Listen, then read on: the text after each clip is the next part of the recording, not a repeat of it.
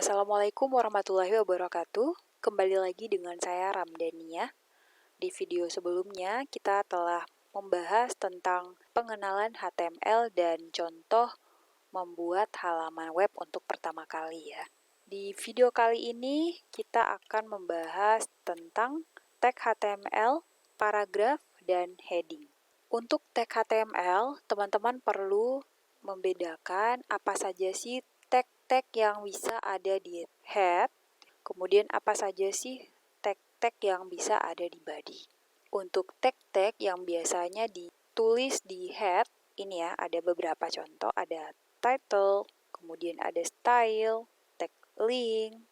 Ini biasa dipakai untuk menuliskan CSS. Kemudian untuk menuliskan JavaScript, kita menulis tag script, ada meta.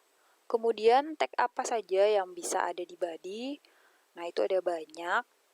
Ada tag untuk mengatur teks, untuk mendukung teks, untuk gambar, hyperlink, list, tabel, form, macam-macam ya. Jadi ini adalah contoh-contoh tagnya. H1, H2, H3, seterusnya. Ada image, link, ada form, script, object, div, span, dan yang ini adalah contoh penulisan komentar. Jadi teman-teman bisa tambahkan komentar di body ya. Dan formatnya adalah seperti ini ya. Ada tanda kurang dari, tanda seru, kemudian kurang, baru tulis komentarnya apa, baru dibales dengan kurang-kurang lebih besar. Itu adalah contoh komentar. Selanjutnya, struktur tag. Di video sebelumnya teman-teman sudah mempelajari struktur HTML ya. Nah, sekarang kita akan bahas struktur tag. Struktur tag ada nama tagnya, ada atributnya, ada nilainya. Kalau kita analogikan seperti manusia, untuk tag, nama tag kita ibaratkan manusia. Kemudian untuk atribut, nah, manusia memiliki kulit, maka atributnya adalah kulit. Kemudian untuk nilai atau value-nya, nah kulit manusia itu kan macam-macam ya. Ada yang putih, ada yang sawo matang ya. Itu contoh value-nya. Jadi untuk struktur tag ada nama tag-nya, atribut, dan nilainya apa. Contoh, ini adalah tag body. Tag body kita bisa pakai misalnya atribut BG color. Ini untuk mengatur background-nya ya. Background halaman web kita walaupun sebaiknya menggunakan CSS. Tapi sebagai contoh kita pakai atribut BG color. Kemudian nilainya atau value-nya adalah yellow. Jadi nanti background halaman webnya akan berubah jadi kuning. Kita coba untuk nama tag-nya body, atributnya BG color, nilainya saya tulis yellow. Maka tampil ya halaman webnya berubah jadi kuning. Itu contoh tag yang menggunakan satu atribut. Nah, tag itu sendiri bisa saja lebih dari satu atribut ya. Misalnya seperti ini, body, BG color, ada tambahannya atribut ID, ada tambahan atribut kelas. Jadi tergantung kebutuhan ya. Jadi kalau kita mau menuliskan atributnya lebih dari satu, ya contohnya seperti ini ya. Selanjutnya, atribut global. Atribut global itu biasanya dimiliki oleh semua tag. Untuk atribut global, ini ya ada contohnya access key, kemudian class, ID, kemudian ada dir, style, tab index, title. Oke, ini contoh-contoh atribut global. Selanjutnya, pembahasan paragraf pada HTML. Misalnya, saya menampilkan tulisan contoh penggunaan paragraf.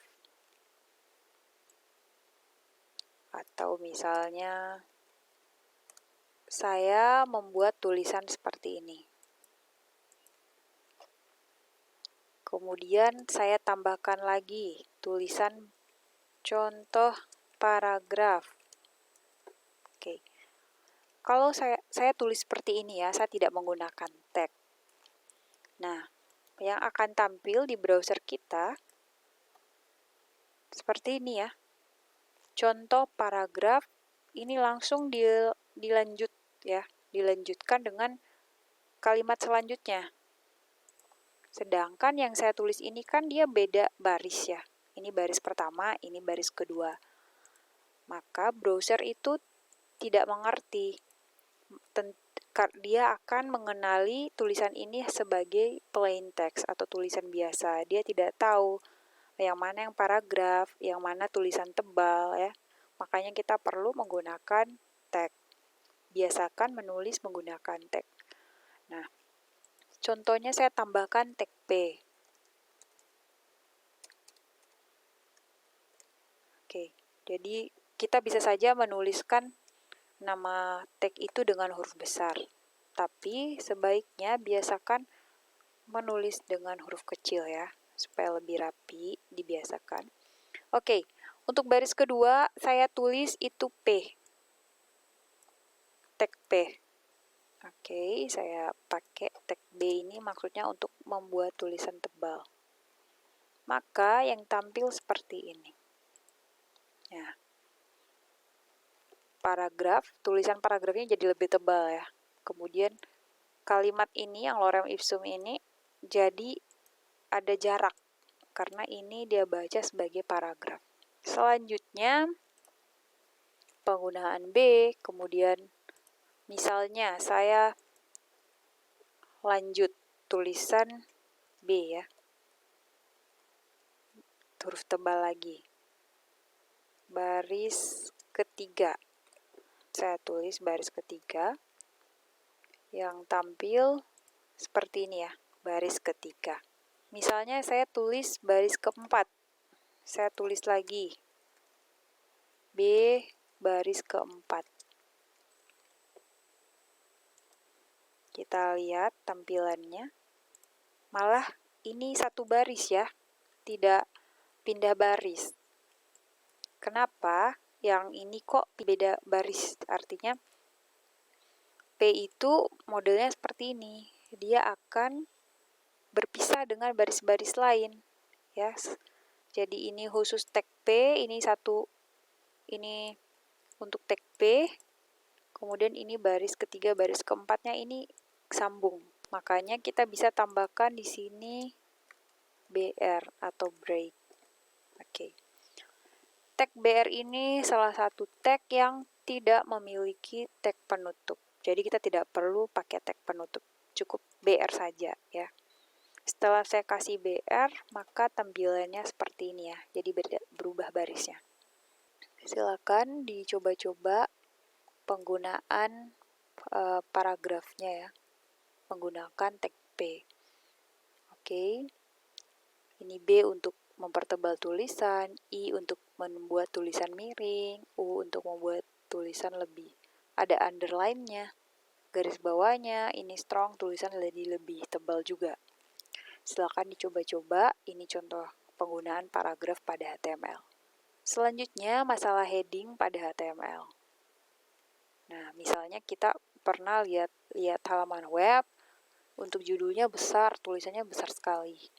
Sedangkan isinya kecil. Atau mungkin misalnya kita membuat laporan, biasanya kan untuk babnya itu tulisannya lebih besar, subbabnya lebih kecil, subbabnya lagi lebih kecil lagi tulisannya kan.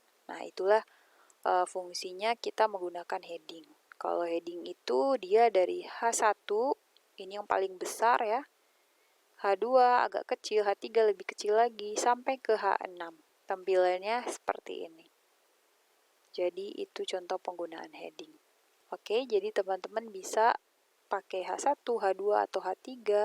Yang penting jelas ya, yang mana yang jadi bab utama, yang jadi subbabnya apa, yang subbabnya lagi apa, jadi jelas ya, mana yang lebih besar tulisannya, yang agak kecil tulisannya. Jadi itulah fungsi penggunaan heading. Demikian dari saya untuk pembahasan tentang tag HTML, paragraf, dan heading. Video selanjutnya kita akan membahas tentang list. Demikian, terima kasih. Wassalamualaikum warahmatullahi wabarakatuh.